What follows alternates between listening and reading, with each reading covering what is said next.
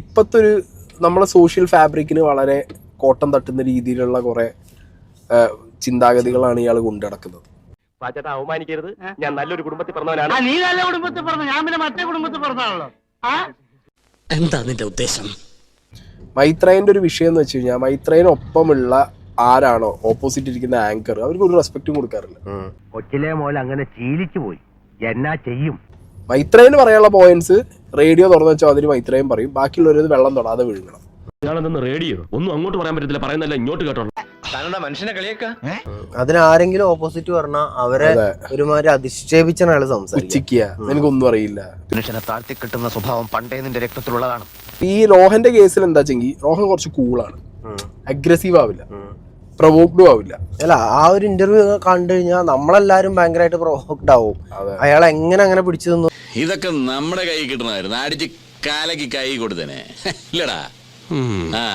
ഒലത്തും കലക്കൊന്ന് പറഞ്ഞതാ.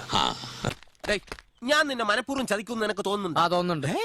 എന്നെ സംബന്ധിച്ചിടത്തോളം Maitreyan have given zero contribution to the society. മനസ്സിലായോ? കാരണം ഇത്രത്തോളം ഉപദേശം തരുന്ന ഒരാളല്ലേ. ഞാൻ നേരത്തെ അതിന്റെ അടുത്ത് അതാ ചോദിക്കാൻ കാരണം, ഇയാൾ എന്താണ് നമ്മുടെ നാടിന് വേണ്ടി ചെയ്തിട്ടുള്ളത്?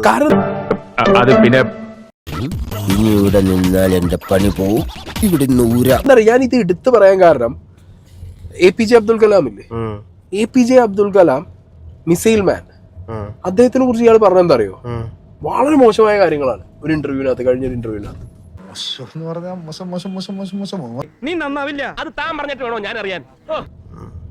അതായത് APJ അബ്ദുൽ കലാം എന്ന് പറഞ്ഞ വ്യക്തി ഇന്ത്യക്ക് തന്ന കോൺട്രിബ്യൂഷൻസ് ഇല്ലേ, അതിനൊക്കെ ഒരുമാതിരി പറ്റങ്ങട്ട് ഷെയിം ആക്കുന്ന രീതിയിലുള്ള കുറച്ച് കാര്യങ്ങൾ ഇയാൾ ഒരു ഇന്റർവ്യൂവിൽ പറഞ്ഞിട്ടുണ്ടായിരുന്നു. ഇതേ ഇന്നൊന്നിലും തുടങ്ങിയതല്ല. വയസ്സുകളൊക്കെ തോനായില്ലേ, ഇനിയെങ്കിലും ഈ തറ വേലകളൊക്കെ നിർത്തി അവനെ എന്റെ ജോലികൾ ചെയ്ത് ജീവിക്കാൻ നോക്കണേ.